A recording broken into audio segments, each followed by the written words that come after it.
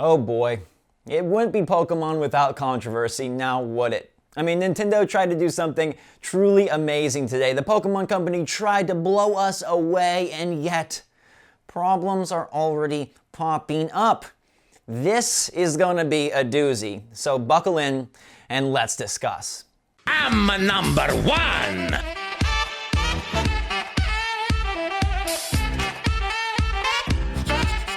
Good afternoon, Wario, and good afternoon, Switch fans. It was a glorious morning. I swapped out the tea, we're rocking Wild Berry, and the Pokemon Company went wild as well. I mean, they took the wild area and said that wasn't crazy enough. Blow it all open. Blow it all up. Evolve. Now, you guys, I'm sure, have seen what was announced today. Brilliant Diamond, Shining Pearl, and Pokemon Legends Arceus. So I don't want to spend too much time on the details of things. I've already posted videos about that, and you can find the trailers on this channel and elsewhere. What I want to talk about is how, man, they really did something incredible, and yet people are pissed. What the heck? This community and this game franchise, it is a fire. It is an oven. It is an inescapable storm of something's always wrong. And I just want to say, I love what you're doing, Pokemon. I love what you're doing, Nintendo. Hit that like button if you agree with me, and let me know in the comments down below your take. It's okay if you disagree. It's okay if you think that this was a big mistake or they really messed up, but we're gonna dig into the controversy. First, I want to let you know that we do have our poll. Make sure to check in every evening to find our new Good Morning Mario, Good Afternoon Wario, Good Evening Bowser polls, where you can vote and be a part of the show. And make sure to subscribe if you haven't already. We got these awesome daily news shows with all the latest, the greatest, the rumors, the problems, the positives, the negatives, and everything Nintendo Switch, including the awesome games. Today was all about Pokemon, and I thought it was lovely. That trailer that they started with, it was like 7 minutes or something, but it got me in the feels. I'm 31. I've lived longer than Pokemon. 25 years of this game and this franchise. My life has always involved Pokemon, and that's just remarkable. And to see how far they've come, all that they've done, was beautiful. You know, the cards and the games and the little trinkets, the toys and the joy. Nintendo, a company that thrives on selling joy. Pokemon, a company that thrives on selling excitement, happiness, nostalgia. But today they took things further. Well, they took things both directions because they did deliver something from the past with Brilliant Diamond and Shining Pearl. And it is a new art style, yet again, for Nintendo Switch, which is really interesting. Like, they constantly are mixing it up. Like, either they can't retain artists, or they get bored, or they're just so darn creative. They're like, let's go, Sword and Shield, snap! And now, Brilliant Diamond and Shining Pearl. This is rewarding on a number of levels because it's finally confirmation that the rumors we've heard for 2 years now have come true. But some people don't see it that way. Now, I applaud Nintendo because they have branched out. Pokemon Company and Nintendo have done something really bold here, and honestly, it's probably more Pokemon Company than Nintendo. They've let go. I made the joke that Pokemon Let's Go maybe got it in their heads that they should loosen up on the reins a bit, and they're letting another studio develop Pokemon Brilliant Diamond and Shining Pearl. That's big news. Pokemon is as rigid as it comes. But now they're trying something different. And people are just pooping all over the art style. They're saying that these games look garbage. They're saying it's offensive. It's obnoxious. It's terrible. What a waste. What a joke. How dare you defile the franchise? First of all, it just ain't that serious. It's just not that serious. It's a cute art style, okay? It's trying to take what the games used to look like and make them, you know, a little more modern. You could argue that it is a truer adaptation of Pokemon Diamond and Pearl because it's keeping the top-down grid-based system and style. It's retaining the elements that made Pokemon Diamond and Pearl, Pokemon Diamond and Pearl.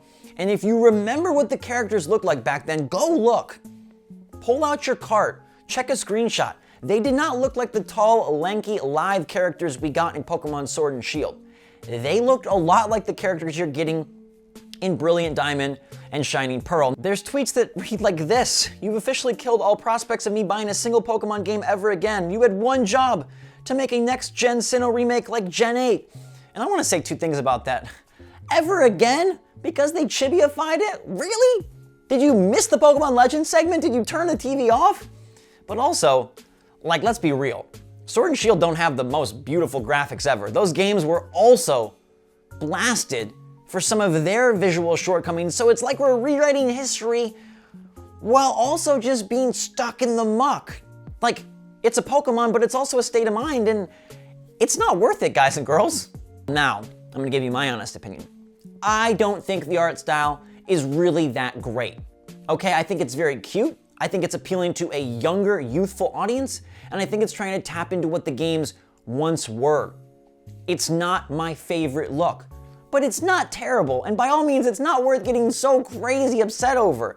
I'm having flashbacks to National Dex, I'm having flashbacks to 2019 when Sword and Shield were trying to be awesome, trying to do DLC, trying to do wild areas, and everybody was like, bleh, vomiting negativity everywhere, and there's a time to criticize. But today is not that day, because outside of Brilliant Diamond and Shining Pearl, Pokemon is doing something they've never done. They're being bold. And if Nintendo, Pokemon, Game Freak, Ishihara, Masuda, if they all believe in it, well, we should believe in it as well. We should give them the benefit of the doubt. We should trust them. Have they not delivered 25 years of fun for you? Have they not delivered 25 years of great memories? Maybe with your friends, with your siblings, with your parents, with your kids. Have they not done you right many a time?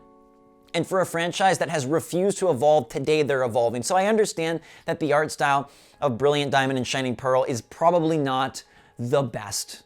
Hey, keep your eyes focused on new Pokemon Snap because that game looks gorgeous. Absolutely beautiful. Taylor Swift should write a song about it. It looks that darn good, and I'm super stoked to see how all the photo sharing is gonna pan out in a social media frenzied world. Like, we're gonna be having a lot of really nice, dolled up, edited Pokemon Snap photos all over social media soon. I can just feel it.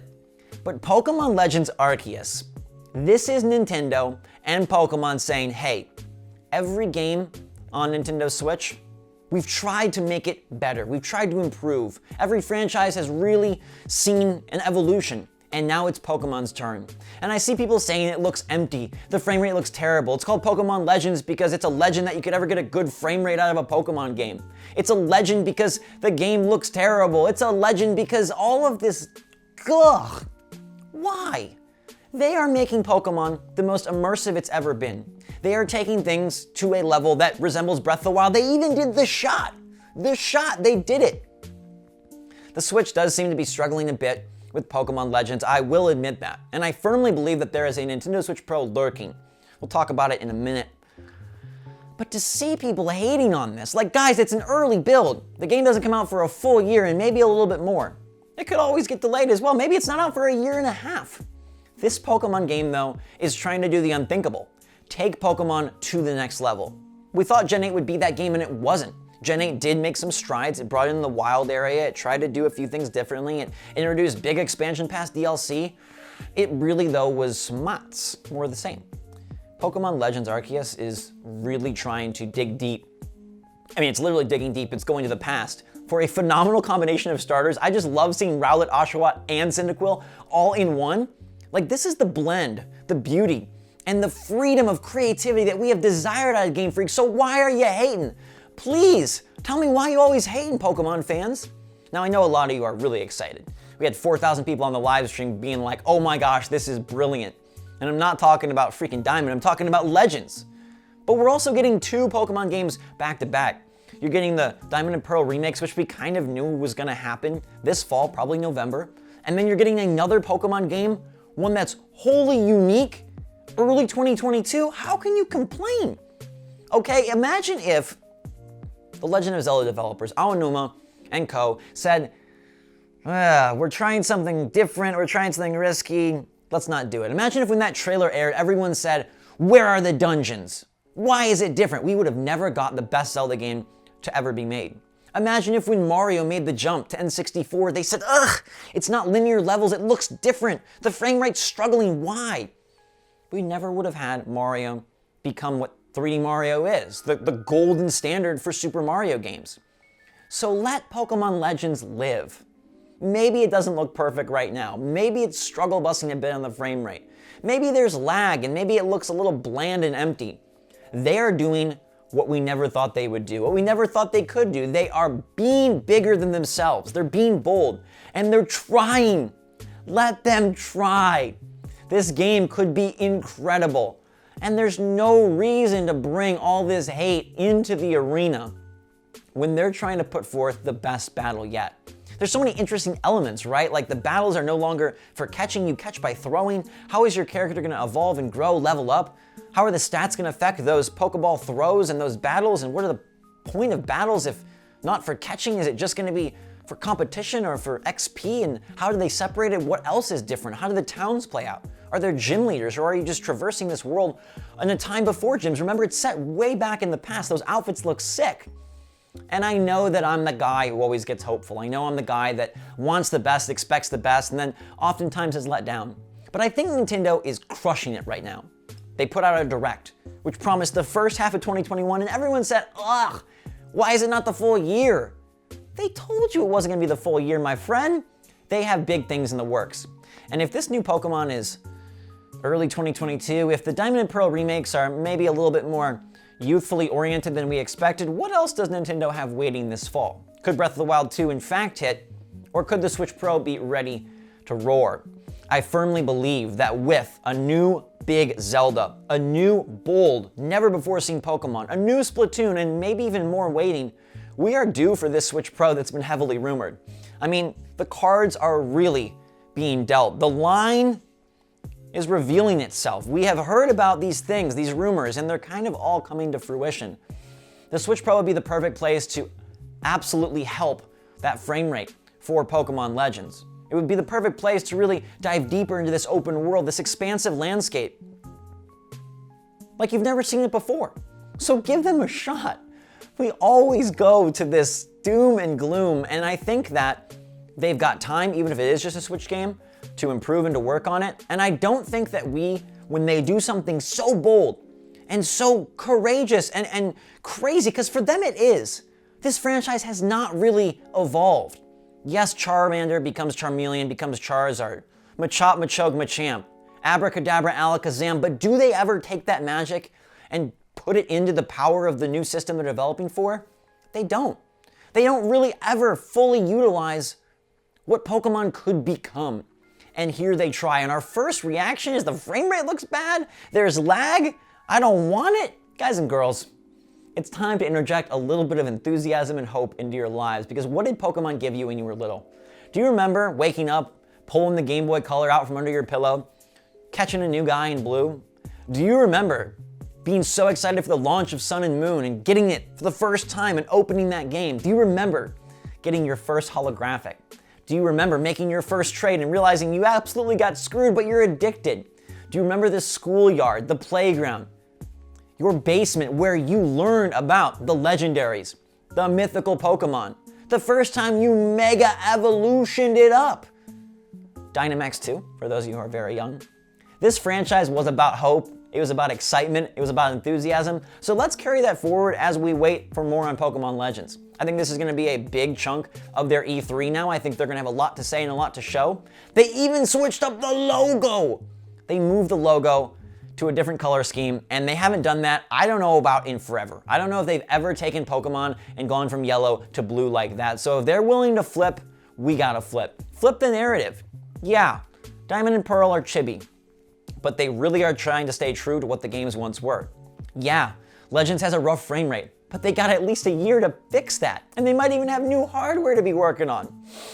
So take a deep breath, and let's just enjoy. This is gonna be good. I think this year is shaping up to be a home run for Nintendo.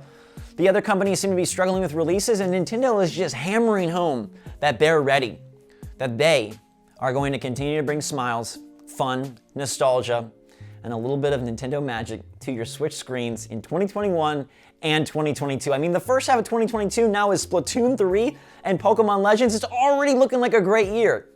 I said that their first half this year was maybe one of the best ever since launch. Man, they're trying to really one-up themselves in 2022. If Breath of the Wild 2 is delayed and they go Zelda, Pokemon, Splatoon, goodness gracious, that's better than launch. But we'll have to see. I have a sneaking suspicion that maybe Zelda does make it this year. Maybe there's something like Mario Kart 9. We'll pay attention. I've got you all covered, but try to take a deep breath and focus on the positive here. They're taking big strides. They're opening new doors, and I believe in them. Let's close the show out with our beautiful poll. It was a great question, and in fact, our most interacted poll yet. This one is about Joy-Con. What color Joy-Con do you use? And there were some great options. Gray Joy-Con, neon Joy-Con, other but the same color, like a pair, or other but 2 different colors like a mix match. And I was very curious. I thought that gray would see quite a substantial portion. But man, Nintendo's making money, okay? Nintendo's making money because one of the biggest winners in second place was other Joy-Cons 2 different colors. That means you bought a new set.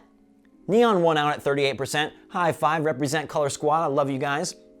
Gray was at 21, and other same was at 8.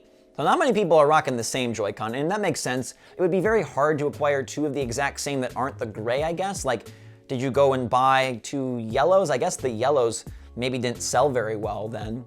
Because, you know, you got pink and green, that's a mix match. You got the Animal Crossing, that's a mix match. Technically, even like the Smash Bros. Ones are 2 different.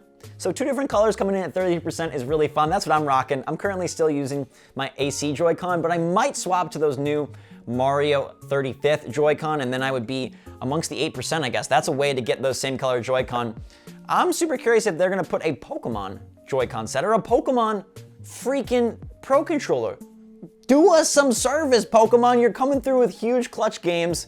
Even though there's a lot of hate and controversy. A controller, though, I think would be extra fun. And it's extra fun to make this show every day with you guys, so thanks so much for watching. Thanks for being a part of it. Make sure to check the community tab for the daily poll. Subscribe if you haven't already. Hit that like button if you had fun with me today. And get typing. I want to hear your take on all this Pokemon controversy and the new games announced. It's a beautiful day to be a Switch fan.